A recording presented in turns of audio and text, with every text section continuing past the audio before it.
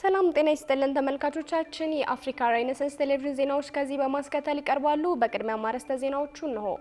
በሰሜን ኢትዮጵያ ወደ ጦርነት እንመለሳለን በሚል ፍርሃት በመቶ ሺዎች የሚቆጠሩ ሰላማዊ ሰዎች ከቤታቸው መሰደዳቸውን የአሜሪካ ውጭ ጉዳይ መስሪያ ቤት ገለጸ። በደቡብ አፍሪካ የሚኖሩ ኢትዮጵያውያን በስደተኛ ጠል ቡድኖች እስከ ሰኔ 23 ሀገራችንን ለቃችሁ ውጡ መባላቸው እንዳሳሰባቸው ገለጹ። የቀድሞው የአሜሪካ ፕሬዝዳንት ባራክ ኦባማ በአሜሪካ ነገስታትም ሆነ ጌቶች የሉም ሲሉ በትራምፕ ላይ ስውር የፖለቲካ ዱላ ማሳረፋቸው ተሰማ።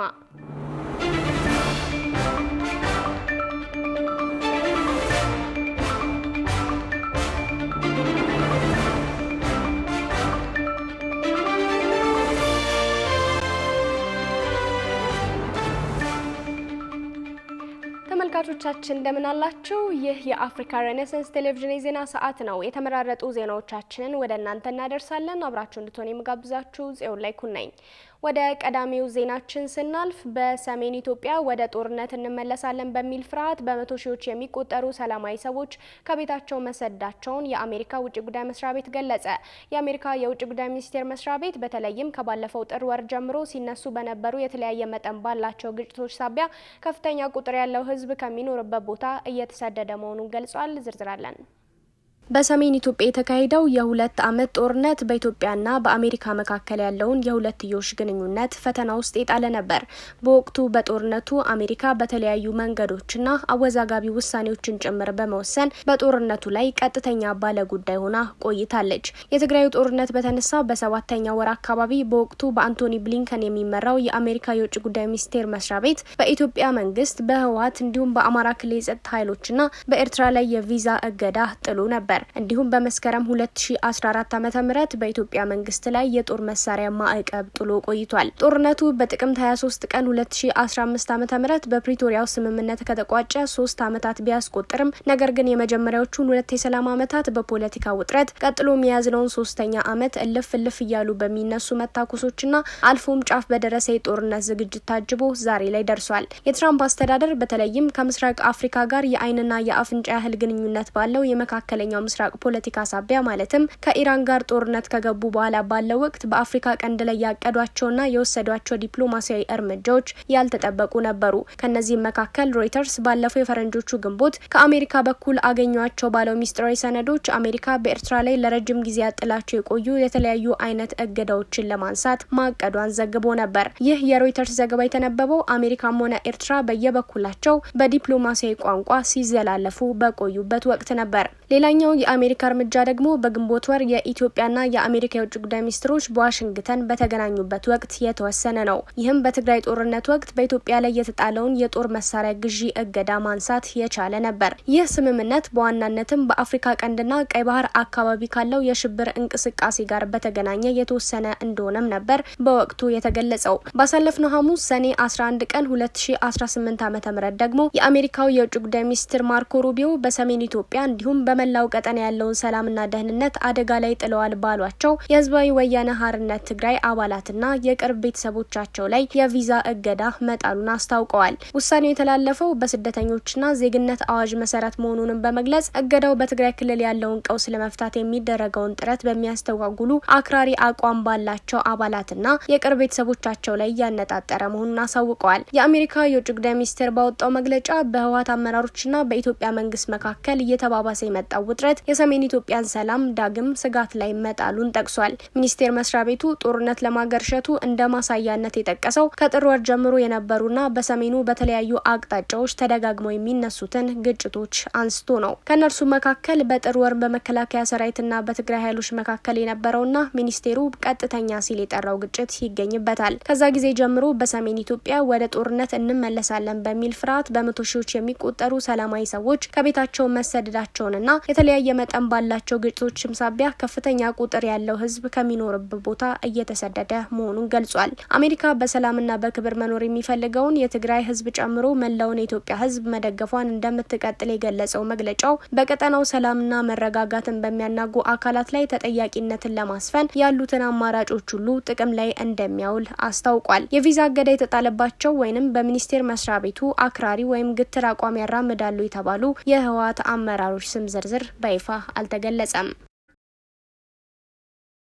በደቡብ አፍሪካ የሚኖሩ ኢትዮጵያውያን በስደተኛ ጠል ቡድኖች እስከ ሰኔ 23 ሀገራችንን ለቃችሁ ውጡ መባላቸው እንዳሳሰባቸው ገለጹ።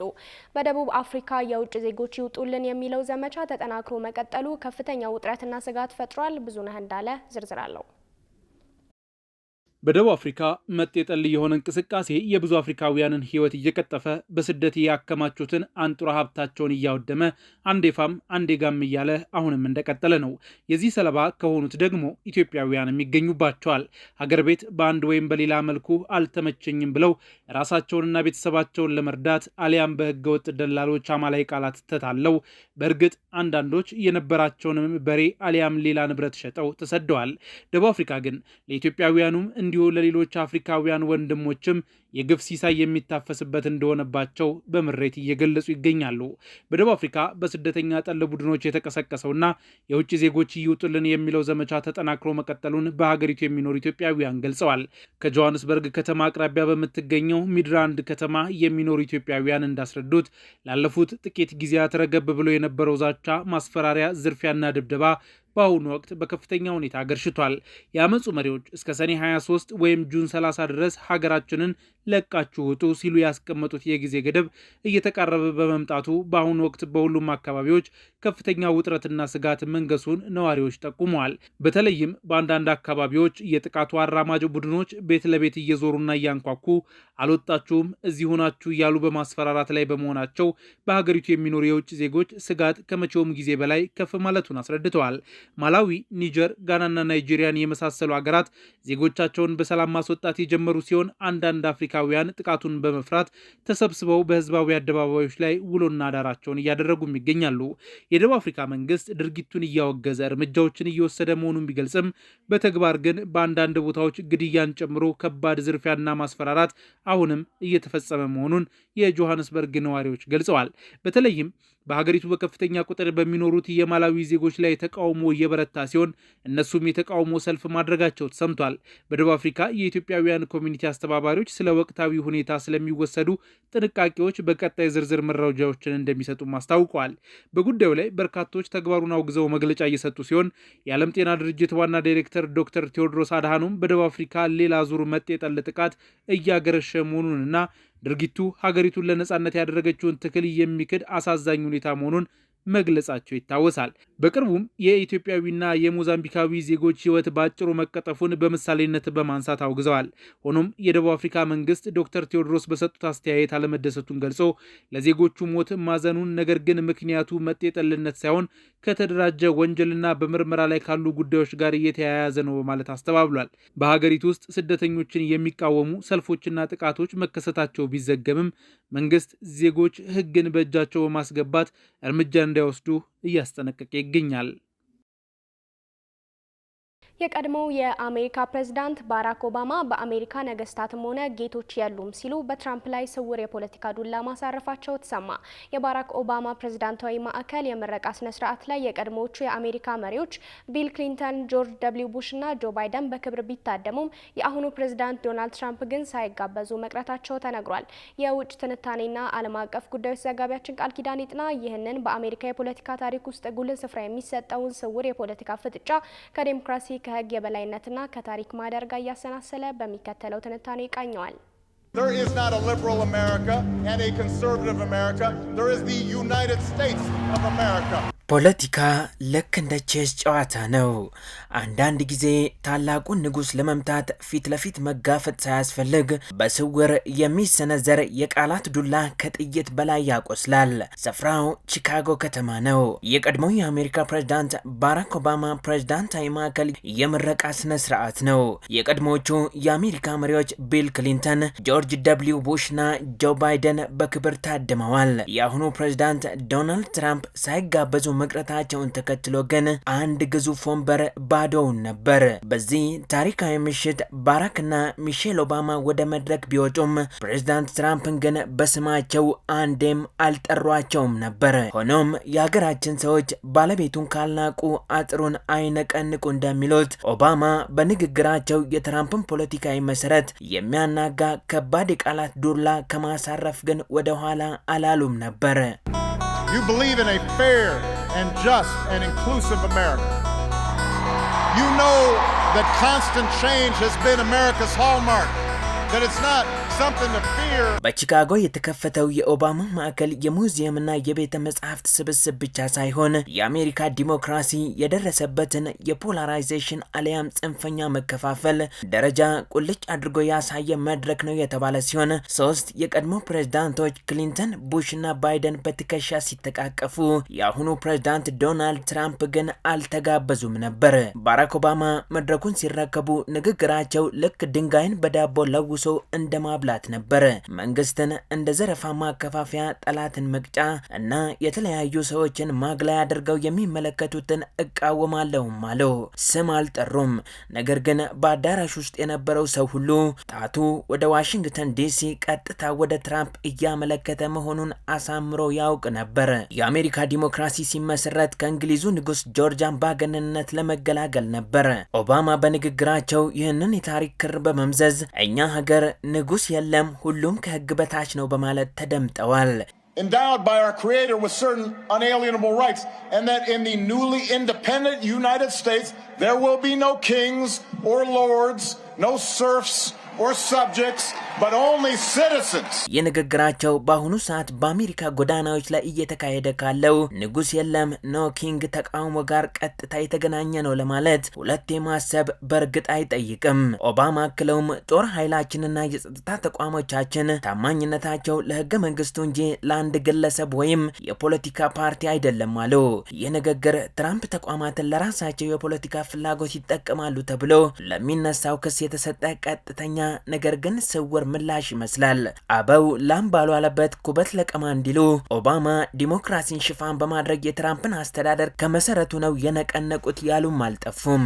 How stupid are our leaders? His nomination was the hostile takeover of the Republican Party. I am your voice.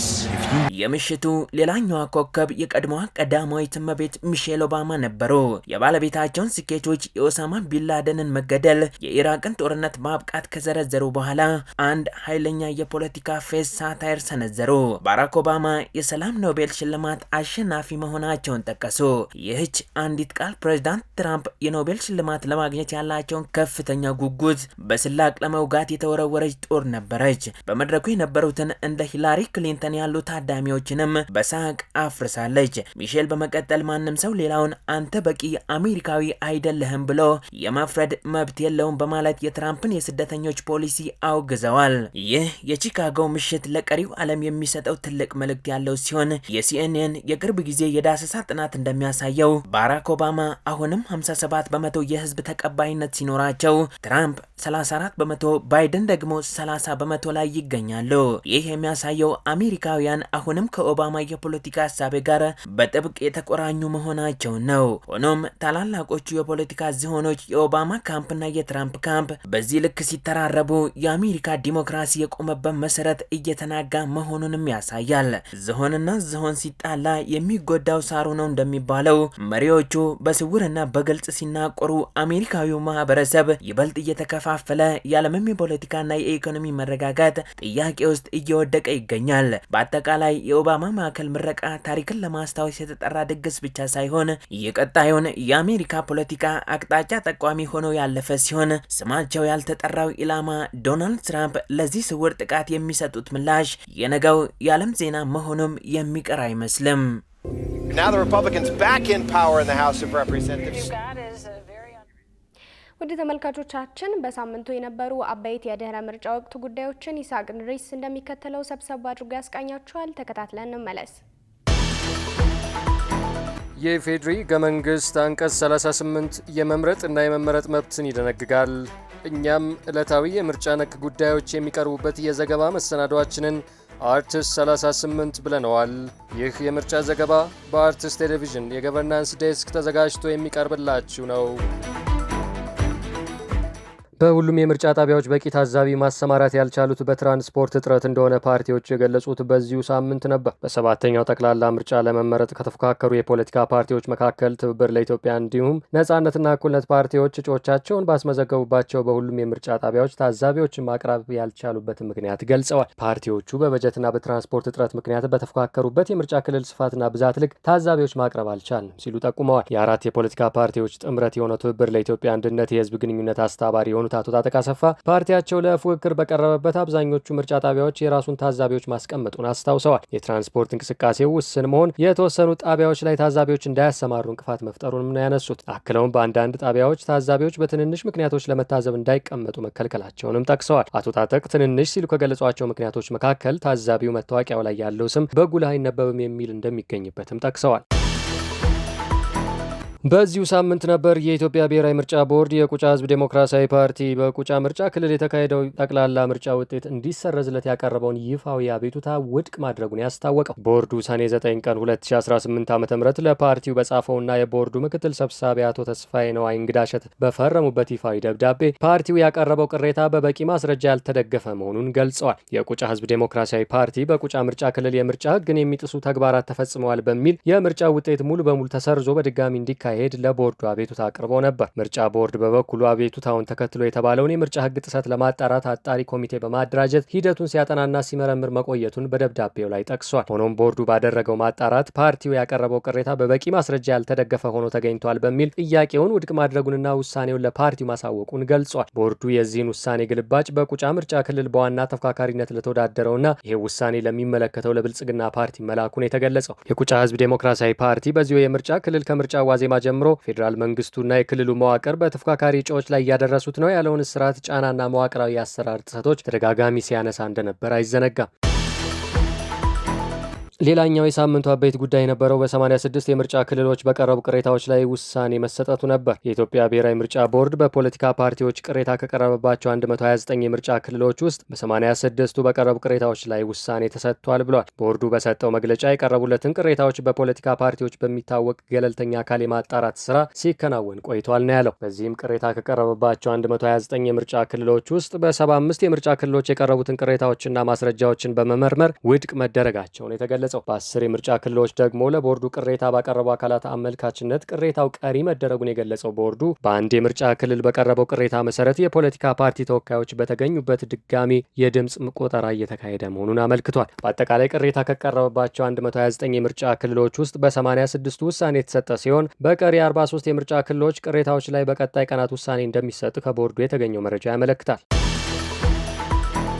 የኢትዮጵያ ብሔራዊ ምርጫ ቦርድ የሰባተኛውን ጠቅላላ ሀገራዊ ምርጫ ውጤት የማረጋገጥ ሂደቱን በመቀጠል የ723 የምርጫ ክልሎችን ውጤት ማጽደቁን ያስታወቀው በዚሁ ሳምንት ሰኔ 10 ቀን 2018 ዓ.ም በሰጠው ጋዜጣዊ መግለጫ ነበር። ቦርዱ በ3 ዙር ካወጃቸው ውጤቶች በተጨማሪ የ40 የህዝብ ተወካዮች ምክር ቤትና የ35 የክልሎች ምክር ቤቶችን ዝርዝር ውጤት ይፋ አድርጓል። ቦርዱ በሰጠው ጋዜጣዊ መግለጫ እንዳስታወቀው ጠቅላይ ሚኒስትር አብይ አህመድ እና ምክትል ጠቅላይ ሚኒስትር ተመስገን ጥሩነህ በተወዳደሩባቸው የምርጫ ክልሎች አብላጫ ድምፅ ማግኘት ችለዋል። ይህ በእንዲህ እንዳለ ቦርዱ 75 የምርጫ ጣቢያዎች ላይ የቀረቡ ቅሬታዎችን ውድቅ ማድረጉን ያስታወቀውን በዚሁ ሳምንት ነበር። የቦርዱ ቅርንጫፍ ጽህፈት ቤት ማስተባበሪያ የስራ ክፍል ኃላፊ 129 ከፖለቲካ ፓርቲዎችና የግል እጩዎች የቀረቡ ቅሬታዎችና አቤቱታዎች ላይ ምርመራ መደረጉን ገልጸዋል። ከእነዚህም 75 የሚሆኑት ማስረጃዎች ቀርበው ምልከታ በማድረግ ቦርዱ ቅሬታዎቹን ውድቅ ማድረጉን ገልጸዋል። በአዲስ አበባ ዩኒቨርሲቲ ለመጀመሪያ ጊዜ የፊልም ፌስቲቫል ተዘጋጀ። ፌስቲቫሉ ለ3 ተከታታይ ቀናት እንደሚቆይም ተገልጿል። ሩሃ ግርማ ተጨማሪ አላት። ለ3 ተከታታይ ቀናት የሚቆየውና ለመጀመሪያ ጊዜ የተዘጋጀው የአዲስ አበባ ዩኒቨርሲቲ የፊልም ፌስቲቫል በደማቅ የመክፈቻ ፕሮግራም በዛሬው ዕለት በይፋ ተጀምሯል። በፌስቲቫሉ ላይ 25 አዳዲስ አጭር ፊልሞች እንደሚቀርቡም አዘጋጆቹ ተናግረዋል። ፊልምን በጽንሰ ሀሳብ ከመማር ባለፈ በተግባር መስራት ፌስቲቫሉን ለማዘጋጀት ካነሳሷቸው ምክንያቶች ዋነኛው እንደሆነ አዘጋጆቹ ገልጸዋል። በአዲስ አበባ ዩኒቨርሲቲ የኪነ ጥበብና የፊልም ትምህርት ቤት የፊልም ተማሪና የፌስቲቫሉ ዳይሬክተር የሆኑት እዮብ ንጋቱ ፌስቲቫሉን ለማዘጋጀት 6 ወራት እንደወሰደባቸውና የመጀመሪያው ፌስቲቫል እንደመሆኑ በሰዎች ዘንድ እምነት ማግኘት ፈታኝ እንደነበር ተናግረዋል። እንግዲህ ወደ 6 ወር ያህል ፈጅቶብናል ይህን ፌስቲቫል ለማዘጋጀት ከጥንስሱ ጀምሮ። በጣም አስቸጋሪ የሆነብን ነገር የመጀመሪያ እንደመሆናችን መጠን ብዙ ጊዜ ትረስት ለማግኘት የተወሰነ ችግር አጋጥሞን ነበር። ምክንያቱም የመጀመሪያ ስቶኒ ኦልሬዲ በአዲስ አበባ ዩኒቨርሲቲ የፊልም ፌስቲቫል ተዘጋጅቶ አያውቅም እና የመጀመሪያዎቹ አዘጋጅ ስንሆን አካዳሚክሱም ካሪኩለሙም የመጀመሪያ እንደመሆኑ መጠን አፕላይም የተደረገው እኛ ላይም እንደመሆኑ መጠን ብዙ ነገሮችን በማድረግ ሂደት ውስጥ ትንሽ መንገድ ለመጥረግ እንድንችል ሆነን በደንብ ችግሮች ገጥመውናል በስራው ሂደት። ተማሪ ኢዮብ በፌስቲቫሉ ከሚቀርቡ 25 ፊልሞች ውስጥ 13ቱ በዩኒቨርሲቲው ተማሪዎች የተዘጋጁ እንደሆኑ ተናግረው የቀሩት 12 ፊልሞች ግን የተዘጋጀውን መስፈርት ባሟሉ ከዩኒቨርሲቲ ውጭ ባሉ ወጣት የፊልም ባለሙያዎች ተሰርተው የሚቀርቡ እንደሆነ ገልጸዋል። ፌስቲቫሉ ላይ የሚቀርቡ 25 ፊልሞች ውስጥ ወደ 13 ፊልሞች የሚሆኑት የኛ ዲፓርትመንት የሰሩት ሲሆን 12ቱ ከኛ ዲፓርትመንት ውጭ ያሉ ወጣት ፊልም ባለሙያዎች የሰሯቸው ፊልሞች ናቸው። ጥሪ ያቀረብን ባለሙያዎች እንዲሳተፉ ታሪካችሁ ትልቅ ስክሪን ይገባዋል ተሳተፉ ብለን ጥሪ ያቀረብን። ያንን ጥሪ ተቀብለው ፊልሞቻቸውን አስገቡ። ያው ስታንዳርድ ስለሚኖረው በአካዳሚክ ዋይዝ በዛ ስታንዳርድ መሰረት ያለፉ ፊልሞችን ለፌስቲቫሉም አቅርበናል። ከዛም ባለፈ ለውይይትና ለእውቅና መስጠት ደረጃ ለማድረስ እድሉን ሰጥተናቸዋል። በፌስቲቫሉ ላይ ተጋባዥ እንግዳ የሆኑት ሲኒማቶግራፈር ዳንኤል ግርማ የተዘጋጀው ፌስቲቫል የሚበረታታ መሆኑን ገልጸው በሀገራችን የፊልም ኢንዱስትሪ ላይ ትልቁ ፈተና አርቆ አለማሰብና ተባብሮ የመስራት ባህል አለመኖር እንደሆነ ገልጸዋል። አዲስ አበባ ዩኒቨርሲቲ ይህንን ፕሮግራም ይህን ፌስቲቫል እንዲዘጋጅ በማድረጉ በጣም ደስተኛ ነኝ። በርቀት አይደለም ብዙ ጊዜ የምናስበው ፊልም ለመስራት በጣም ብዙ ቲሞች ናቸው የሚያስፈልጉት። እነዚህ ቲሞች ዝም ብሎ አይደለም የመጡት። ልክ አሁን ይሄኛው ሲስተም ዝም ብሎ ስላልመጣ ማለት ነው። በእኛ የፊልም አሰራር ውስጥ እነዚህ ነገሮች የሉምና እነዚህን ነገሮች ሶልቭ ብናደርጋቸው፣ ሲስተም ብንፈጥርላቸው ቢካዝ ከስክሪፕት ከአይዲያ ዴቨሎፕመንት ጀምሮ እስከ ማርኬቲንግ ድረስ ያለውን የዲፓርትመንቶች ፍሰት በትክክል አስተምረን የተማረ የሰው ኃይል በዛ ሲስተም ውስጥ ብናደርግ አንድ ፊልም ሲሰራ ሁሉም ነገሩ የተሟላለት ሆኖ ይሰራል። ሁሉም ነገር ከተሟላለት ምን ይሆናል? ለዓለም ማርኬት ይቀርባል ማለት ነው። በፌስቲቫሉ ላይ የራሳቸውን ፊልም ለማቅረብ የተዘጋጁ ባለሙያዎችም የሚከተለውን ብለዋል። ፌስቲቫሉ ላይ እንግዲህ ፊልም ይዘን የመጣ ነው። ሾርት ፊልም የ17 ደቂቃ ፊልም። በፊልሙ ላይ እኔ የነበረኝ ሮል ጸሐፊ፣ ዳይሬክተርና ፕሮዲውሰር ነበርኩኝ። ሙሉ ቲሙ ግን አብሮኛለ። በሀገር ፊልም ላይ የተሳተፍኩት በትወና በሎኬሽን ማናጀር እና የፊልም ማጀቢያውን ግጥም በመጻፍ። ይሄኛው ደግሞ በጣም የሚለየው ብዙ አይነት ተፎካካሪዎች አሉ፣ አሪፍ ፊልሞች አሉ። ከነሱ ጋር መሆኑ አሪፍ ነው። ፌስቲቫሉ ከዛሬ ጀምሮ ለተከታታይ 3 ቀናት በአዲስ አበባ ዩኒቨርሲቲ ዋናው ግቢ የኢትዮጵያ ጥናትና ምርምር ተቋም ሼህ አላሙዲን አዳራሽ ከጠዋቱ 3 ሰዓት ጀምሮ የሚኖር ይሆናል። በፕሮግራሙ ላይም ሁላችሁም ተጋብዛችኋል። ክቡራትና ክቡራን ተመልካቾቻችን አሁንም የአፍሪካ ሬኔሳንስ ቴሌቪዥን ዜናዎች እንደቀጠሉ ናቸው። ወደ ቀጣዮቹ ጉዳዮቻችን ከመሻገራችን በፊት ይፋ የማህበራዊ ገጾቻችንን ልናስታውሳችሁ ወደድን። በቴሌቪዥን ስርጭት ያለፏችሁን ፕሮግራሞቻችንን ከ1.8 ሚሊዮን በላይ ሰብስክራይበሮች ባሉት አርትስ ቲቪ ወርልድ የዩቲዩብ ገጻችን በኩል ልትከታተሉን ትችላላችሁ። በተጨማሪም በርካታ ተከታዮችን ባፈራንባቸው በፌስቡክ፣ በቀድሞ ትዊተርና በአሁኑ ኤክስ እንዲሁም በቲክቶክና ኢንስታግራም ገጾቻችን በኩል ቤተሰብ መሆን ትችላላችሁ። ከአፍታ ቆይታ በኋላ ተመልካቾቻችን በአርት ስፔሻል የመረጃ ሰዓታችን ልዩ የመዝናኛ የኪነ ጥበብና የሁነት መረጃዎችን ወደ እናንተ እናደርሳለን። ይጠብቁን። አማራ ባንክ ስራ የጀመረበትን 4ኛ ዓመት የምስረታ በዓል አከበረ። ባንኩ ባለፉት 4 ዓመታት በአገልግሎት ተደራሽነት፣ በቴክኖሎጂ ፈጠራ፣ በሀብት አሰባሰብና ብድር አቅርቦት ረገድ አበረታች እድገት ማስመዝገቡን ባንኩ ለጣቢያችን በላከው መግለጫ ገልጿል። ባንኩ በመግለጫው ይህ ስኬት የመጣው ባለ አክሲዮኖችና ደንበኞች በጣሉት እምነትና በየደረጃ ያሉ የስራ ኃላፊዎችና መላው ሰራተኞች ባደረጉት የጋራ ጥረት መሆኑን የባንኩ ተጠባባቂ ዋና ስራ አስፈጻሚ አቶ ሳሙኤል ታደሰ ገልጸዋል። አማራ ባንክ ስራ ከጀመረ በጊዜ አንስቶ ጠቅላላ ካፒታሉን ወደ 10.28 ቢሊዮን ብር ማድረሱን የገለጹት ዋና ስራ አስፈጻሚው ባንኩ በመላው ሀገሪቱ ተደራሽነቱን በማስፋት 321 ቅርንጫፎችን በመክፈት ከ2.9 ሚሊዮን በላይ ደንበኞችን በማገልገል ላይ እንደሚገኝም ገልጸዋል። ባንኩ ላስመዘገበው ውጤት ደንበኞች፣ ባለ አክሲዮኖች፣ የቦርድ አባላትና ሰራተኞች ላበረከቱት አስተዋጽኦ ምስጋናውን አቅርቧል። ሶስተኛው ዙር የአዲስ አውቶሞቲቭና የመንገድ ደህንነት ኤክስፖ ተጀመረ። ኤክስፖን የአዲስ አበባ ከተማ ምክትል ከንቲባ የሆኑት ዣንጥራር አባይ በይፋ አስጀምረውታል። ምክትል ከንቲባው እንደ ሀገር ወደ ኋላ ለመቅረታችን ዋነኛ ምክንያት በኢንዱስትሪው ዘርፍ ያለንን አቅም ዝቅተኛ መሆን ነው ብለው የግሉ ዘርፍ ራሱ በሚያቅዳቸውና በሚያዘጋጃቸው ስራዎች መሪ መሆኑ ለኢንዱስትሪው ዘርፍ ጠቃሚና የሚበረታታ መሆኑን ገልጸዋል። ከዚህ ቀደም የአውቶሞቲቭ አስመጪዎችና አምራች ኢንዱስትሪዎች እንዲሁም በንግዱ ዘርፍ ሁነኛ ድርሻ ያላቸው አቅራቢዎች ብቻ የሚሳተፉበት የነበረው ኤክስፖ የአሁኑ ዙር ከቴክኖሎጂ መራቀቅ ጋር ተያይዞ የመንገድ ደህንነትን ጉዳይ ከግምት ውስጥ በማስገባት የተዘጋጀ መሆኑ ለየት እንደሚያደርገው በመድረኩ ላይ ተገልጿል። የመኪና አድናቂዎች፣ የትራንስፖርት ባለሙያዎች፣ የቴክኖሎጂ ፈጣሪዎች፣ የአውቶሞቲቭ ኢንዱስትሪ አንቀሳቃሾችና የትራፊክ ደህንነት ተሟጋቾች በአንድ መድረክ የሚገኙበት የገበያ አማራጭ እንደሆነም አዘጋጆቹ ገልጸዋል። በአዲስ አበባ የዘርፍ ማህበራት ምክር ቤት የተዘጋጀው ኤክስፖ ለተከታታይ 5 ቀናት እንደሚቆይም ተገልጿል። ክቡራን ተመልካቾች አሁን ሰዓቱ በየሳምንቱ ወደ እናንተ የሚደርሰው አርት ስፔሻል ልዩ የመዝናኛ የኪነ ጥበብና የሁነት መረጃዎች ነው። ልዩ መረጃዎቹ በባልደረባችን ናቲማናዬ ወደ እናንተ ይደርሳሉ። ከመረጃዎቹ ጋር መልካም ቆይታ።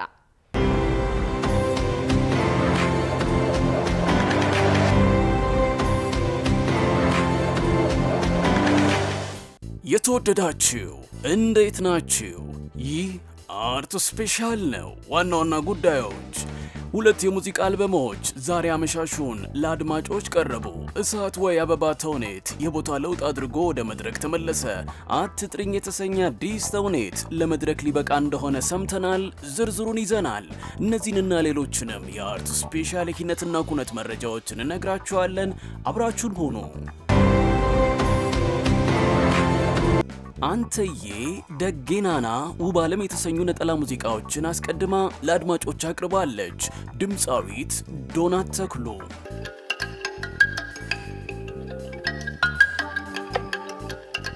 ከተከታታይ ነጠላ ሙዚቃዎቿ በኋላም ድምፃዊት ዶናት ተክሉ አሃዱ የተሰኘውን የበኩር አልበሟን አርብ ሰኔ 12 ቀን 2018 ዓ.ም አመሻሽ ላይ ለአድማጮች እነሆ በረከት ብላለች።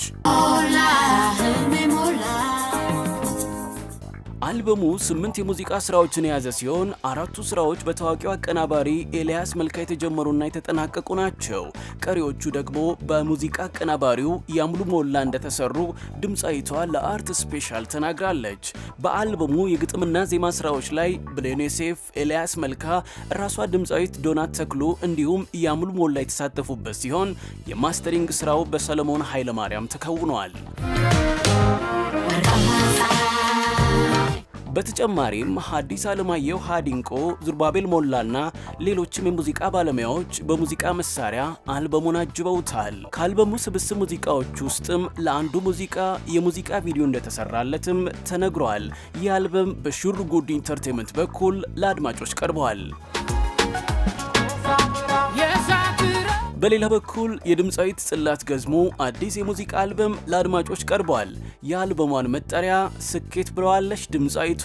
በሀገር ውስጥና በውጭ ቋንቋዎች ባሏት ስራዎቿ የምትታወቀው ጽላት ገዝሙ ይህን 10 አዳዲስ የሙዚቃ ስራዎችን የያዘ አልበም ለማዘጋጀት ከ12 ዓመታት በላይ ጊዜ እንደወሰደባትም ገልጻለች። ስኬት አልበም በድምፃዊት ጽላት ገዝሙ የዩቲዩብ ቻናልና በዞጃክ ወርልድ ዋይድ አማካኝነት በመላው ዓለም ለሚገኙ አድማጮች ቀርበዋል። ሎሬት ጸጋዬ ገብረመድህን አለ እሳት አኖን ወይ አበባ በህቅንቅ ስንባባ ባከነች ልጅነታችን እየቃተትን ስናነባ እሳት አኖን ወይ አበባ በህቅንቅ ስንባባ ባከነች ልጅነታችን እየቃተትን ስናነባ። በሎሬት ጸጋዬ ገብረመድህን እሳት ወይ አበባ የግጥም መጽሐፍ ላይ የተመሰረተው እሳት ወይ አበባ ተውኔት በድጋሚ ከወራት መቋረጥ በኋላ ነገ ለመድረክ ይበቃል። በድጋሚም ወደ መድረክ ሲመለስ ከኢትዮጵያ ብሔራዊ ቲያትር ቤት ወደ አዲስ አበባ ቲያትርና ባህል አዳራሽ ማዘጋጃ የትርኢት ማሳያ የቦታ ለውጥ አድርጓል። ሸዋፈራው ታሪኩ፣ ቤተልሔም እሸቱ፣ ቅድስት ታደሰ፣ ቅድስት ብሩክ፣ አስመላሽ ታምራየውና ነጻ ለማብዲ በተውኔቱ ላይ በትወና ይሳተፉበታል። የቲያትሩ ፕሮዲሰር ሁለገቡ ከያኒ አርቲስት ተስፋዬ ሲማ እንደገለጸው እሳት ወይ አበባ በአይነቱ ልዩ የሆነና የወጣቶችን ፍላጎት ባማከለ መልኩ በውዝዋዜ የተቀነባበረ በመሆኑ መላው የጥበብ ወዳጅ መጥቶ እንዲመለከተው ጥሪ አቅርበዋል።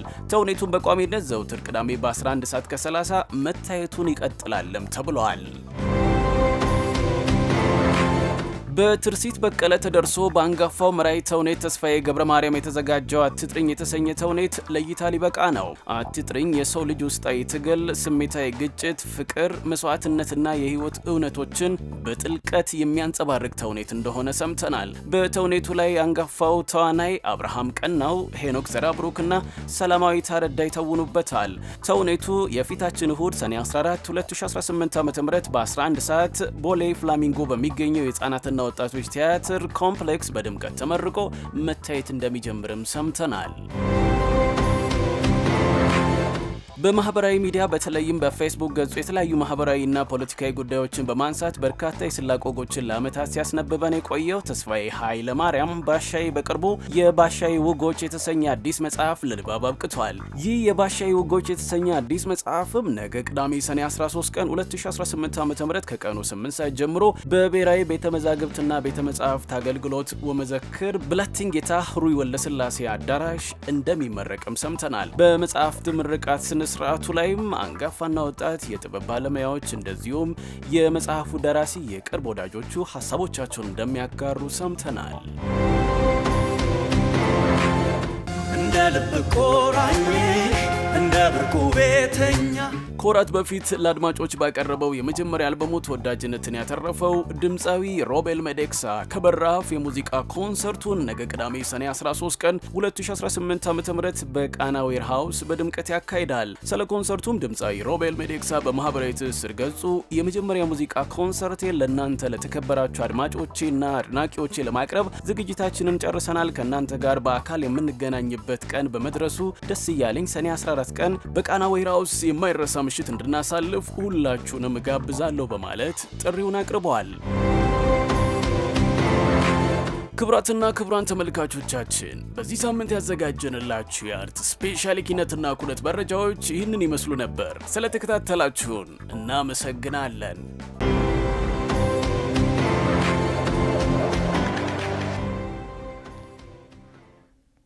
ክቡራን ተመልካቾቻችን ከአርት ስፔሻል መረጃዎቻችን ስንመለስ አሁን ወደ ተመራረጡ ስፖርታዊ መረጃዎች ወደምናደርስበት ሰዓት ላይ ደርሰናል። ስፖርታዊ መረጃዎቹን ባልደረባችን ሷሊህ መሐመድ ይዘው ይጠብቃችኋል። ከመረጃዎቹ ጋር መልካም ቆይታ።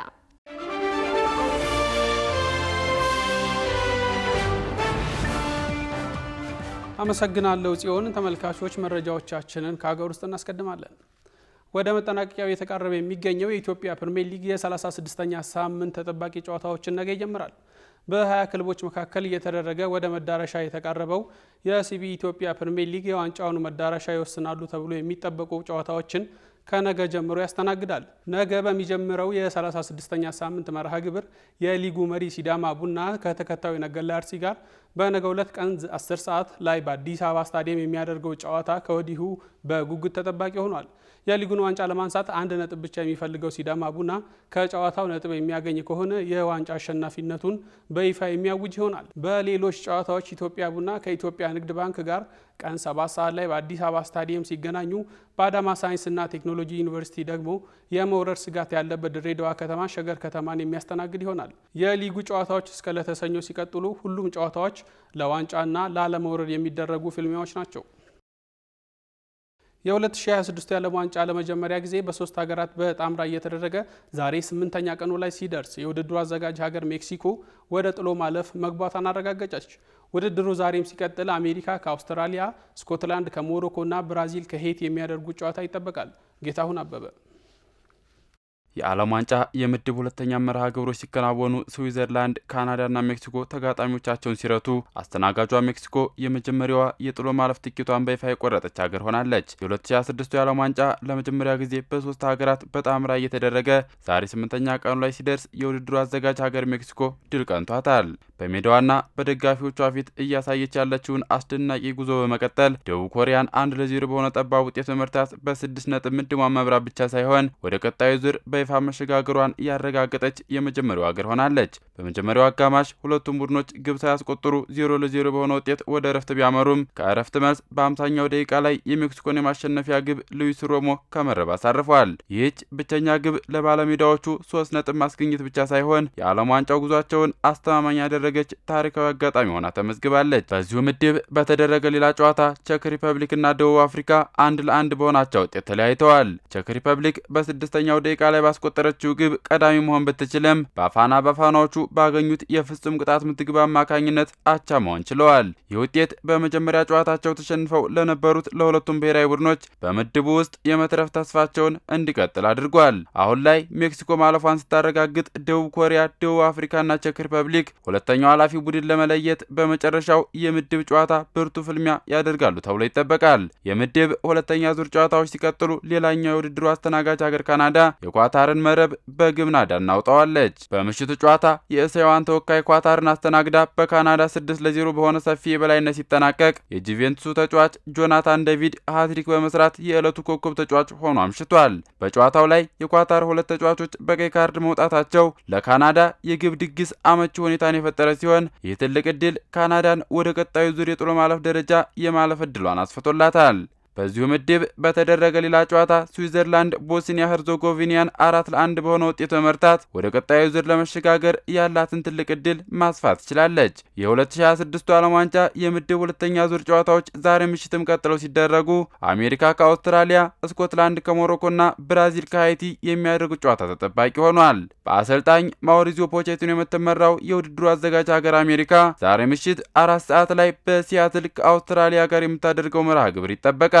በዚህ ጨዋታ አሸናፊ የሚሆነው ብሔራዊ ቡድን በቀጥታ ወደ 32ቱ ማለፉን የሚያረጋግጥ ሲሆን ሁለቱም ብሔራዊ ቡድኖች በመክፈቻ ጨዋታዎቻቸው ካስመዘገቡት ድል በመነሳት ጠንካራ ፉክክር ያደርጋሉ ተብሎ ይገመታል። በሌላ ጨዋታ በታሪኳ ለመጀመሪያ ጊዜ ሃይቲን በማሸነፍ ወሳኝ 3 ነጥብ ያሳካችው ስኮትላንድ የአፍሪካዋን ጠንካራ ቡድን ሞሮኮን ትገጥማለች። ሌሊት 7 ሰዓት ላይ በሚደረገው ጨዋታ ሞሮኮ በመጀመሪያው የመክፈቻ ጨዋታ ከብራዚል ጋር አንድ አቻ መለያየቷ የሚታወስ ሲሆን በምሽቱ ጨዋታ የመጀመሪያ ሙሉ 3 ነጥቧን ለማሳካት ወደ ሜዳ ትገባለች ተብሎ ይጠበቃል። የ2022 የኳታር ዓለም ዋንጫ የግማሽ ፍጻሜ ተፋላሚ የነበረችው ሰሜን አፍሪካዊቷ ሀገር ሞሮኮ በዘንድሮ የዓለም ዋንጫ ብዙ ርቀት መጓዝ እንደምትችል እያስመሰከረች ትገኛለች። በዚሁ ምድብ በሚደረግ ሌላ ጨዋታ የ5 ጊዜ የዓለም ሻምፒዮና ብራዚል ከሌሊቱ 9 ሰዓት ላይ ሃይቲን የምትገጥም ይሆናል። በአሰልጣኝ ካርሎ አንቸሎቲ እየተመራች በርካታ ከዋክብቶችን ይዛ ወደ 2026 የዓለም ዋንጫ ያቀናችው ብራዚል እንደ ሞሮኮ ሁሉ የመጀመሪያ 3 ነጥቧን ለማሳካት ዛሬ ምሽት ትፋለማለች። ተመልካቾቻችን የእግር ኳስ ተጫዋቾች በሚለብሱት ማሊያ ላይ ስማቸውን በፈለጉት መንገድ ማጻፍ እንደማይችሉ ያውቃሉ? የእግር ኳስ የበላይ አካል የሆነው ፊፋ ከዚህ ጋር የተያያዘ ሕግጋቶች አሉት። ዝርዝር መረጃ አዘጋጅተናል።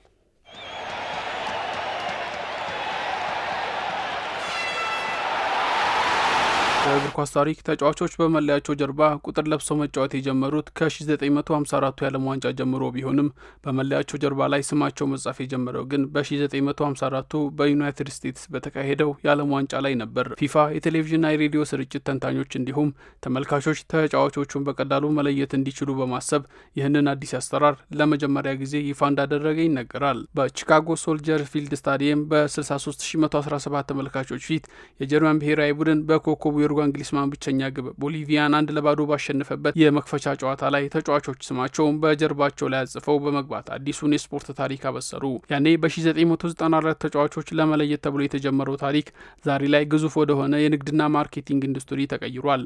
በአሁኑ ወቅት የኮከብ ተጫዋቾች መለያዎች ሽያጭ ለዓለም አቀፍ ክለቦችና ለብሔራዊ ቡድኖች በየዓመቱ በመቶ ሚሊዮኖች የሚቆጠሩ ዶላር ገቢ የሚያስገባ ዋነኛ የገቢ ምንጭ ሆኗል። ይሁን እንጂ ተጫዋቾች በፈለጉት መንገድ ስማቸውን መጻፍ አይችሉም። ፊፋ ተጫዋቾች በጀርባቸው ላይ የሚያሰፍሩት ስም ከልደት ስማቸው ወይም ደጋፊዎችና ሚዲያዎች ከሚያውቁት ታዋቂ ስማቸው ጋር የተያያዘ መሆን እንዳለበት የሚያስገድድ ጥብቅ የዲስፕሊን ሕግ አለው። ይህ የስም አጠቃቀም ደግሞ እንደ ሀገሪቱ ባህል ይለያያል። ለምሳሌ በብራዚልና ፖርቹጋል ሰዎች እስከ 4 እና 5 ረጅም ስሞች ስላሏቸው እንደ ኔይማር ዳ ሲልቫ ሳንቶስ ጁኒየር ያሉ ስሞች ማሳጠር ግድ ይላል። በመሆኑም የመጀመሪያ ስማቸውን ኔይማር ወይም እንደ ፔሌ፣ ሮናልዲኒሆና ካካ ያሉ የታወቁ ቅጽል ስሞችን ሲጠቀሙ ቆይተዋል። በአውሮፓውያኑ እንግሊዝና ጀርመን ደግሞ ሰዎችን በቤተሰብ ስም መጥራት የተለመደ በመሆኑ እንደ ኬን ወይም ራሽፎርድ በሚል የአባት ስማቸው ታትሞላቸው ይጫወታሉ። ነገር ግን የባርሴሎናና የስፔን ብሔራዊ ቡድን የወቅቱ ኮከብ አብሪ የሆነው ላሚን ያማልና የማንቸስተር ሲቲ የጎል አውሬ ኤርሊንግ ብሮት ሃላንድ መለያ ጀርባ ላይ ስም ከነዚህ ለየት ያለና አስገራሚ ታሪክ የያዘ ነው። የ19 ዓመቱ ወጣት ሙሉ ስም ላሚን ያማል ናስራዊ ኤባና ቢሆንም በጀርባ ላይ ግን ላሚን ያማል የሚሉ ሁለት ስሞችን በአንድነት አስፍሯል። ብዙዎች ያማል የሚለውን የአባት ስም አድርገው ቢያስቡም እውነታው ግን ላሚን ያማል የሚለው ስም ልክ በሀገራችን ገብረ እግዚአብሔር አሊያም ሰብለ ወንጌል እንደሚባሉት የታወቁ ስሞች የተያያዘ አንድ ወጥ ስም ነው። ይህ ስም ሊሰጥ የቻለው ደግሞ እሱ ከመወለዱ በፊት ቤተሰቡ በከፍተኛ የገንዘብ ችግር ውስጥ በነበሩበት ወቅት የገንዘብና የሌሎች ድጋፎችን በማድረግ ከጎናቸው ለቆሙ ላሚንና ያማል ለተባሉ ሁለት ልበቀና ሰዎች ውለታቸውን ለመመለስ ወላጆቹ ለነሱ የክብር መታሰቢያነት ያወጡለት ጥምር ስም በመሆኑ ነው የተነገረው። በዚህም ተጫዋቹ ያማል ብቻ ብሎ መጠራት ስህተት ሲሆን ልክ እንደ ስፔኑ አሰልጣኝ ሉዊስ ኤንሪኬ ሁሉ ላሚን ያማል ወይም ላሚን ተብሎ መጠራት አለበት ይላሉ የስፖርት አዋቂዎች። በሌላ በኩል የማንቸስተር ሲቲ ግዙፍ አጥቂ ኤርሊንግ ሃላንድ በሊጉ በመለያው ጀርባ ቁጥር ላይ ያለው ስም ሃላንድ ብቻ የሚል ቢሆንም አሁን እየተሳተፈበት በሚገኘው ዓለም ዋንጫ ግን ብራውት የሚል ቅጽል አስጨምሯል። የተጫዋቹ ሙሉ ስም ኤርሊንግ ብራውት ሃላንድ ሲሆን ብራውት የሚለው ደግሞ የአባቱ ታዋቂው እግር ኳስ ተጫዋች አልፊንግ ሃላንድ የቤተሰብ ስም ነው። ኤርሊንግ ሃላንድ ወደ እግር ኳስ ዓለሙ ሲመጣ የአባቱ ወገን ታዋቂ ስም ብራውት ከመጠቀም ይልቅ የእናቱን ወገን ስም ሃላንድ በሚለው ስያሜ በጀርባ ላይ አስፍሮ መጫወትን መርጧል። እናቱ ግሪ ማርታ ብሮት በኖርዌይ የሄፕታትሎን አትሌት የነበረች ሲሆን ሃላንድ ይህንን ስም በመለያው ላይ በማካተት ለሁለቱም ወላጆቹ ያለውን ታላቅ ክብርና ውለታ በተግባር ያሳየበት ነው እየተባለ ነው። የእንግሊዝ ፕሪሚየር ሊግ የ2026-27 የውድድር ዓመት መርሃ ግብር ይፋ ሆነ። የዓለማችን ተወዳጁ ሊግ የሆነው እንግሊዝ ፕሪሚየር ሊግ የ2026-27 የውድድር ዓመት መርሃ ግብር በዛሬው ዕለት ይፋ ሆኗል። ውድድሩ በይፋ የሚጀምረው መጪው ነሐሴ 15 ቀን ሲሆን በመጀመሪያው ሳምንት መርሃ ግብር ታላላቅ ክለቦች ከአዲስ አዳጊ ክለቦች ጋር ይገናኛሉ። ከመጀመሪያ ሳምንት ጨዋታዎች መካከል የሻምፒዮኑ አርሰናል በአዲስ የውድድር ዘመን የመጀመሪያ ጨዋታውን በሜዳው ከአዲስ አዳጊው ኮቨንትሪ ሲቲ ጋር ሲያደርግ፣ በተመሳሳይ ማንቸስተር ዩናይትድ ሃል ሲቲን ይገጥማል። ብርቱ ፉክክር ይደረግበታል ተብሎ በሚጠበቀው ሌላኛው ጨዋታ ኒውካስል ዩናይትድ በሴንት ጄምስ ፓርክ ሊቨርፑልን የሚጋብዝበት ሲሆን ማንቸስተር ሲቲ ከቦርንማውዝ ጋርም የሚገናኝበት ጨዋታ ይጠበቃል። ይህ የ2026-27 የውድድር ዓመት መርሃ ግብር መውጣቱን ተከትሎ ክለቦች ከዓለም ዋንጫው መጠናቀቅ በኋላ ወደ ቅድመ ዝግጅት እንደሚያመሩ ተነግሯል። ክቡራትና ክቡራን ተመልካቾቻችን በእኔ በኩል ያስኳቸውን ስፖርታዊ መረጃዎችን አጠናቀቅ ያለው ከመረጃዎቹ ጋር ሷሊ መሐመድ ቆይታ አድርጋለሁ። መልካም ቆይታ።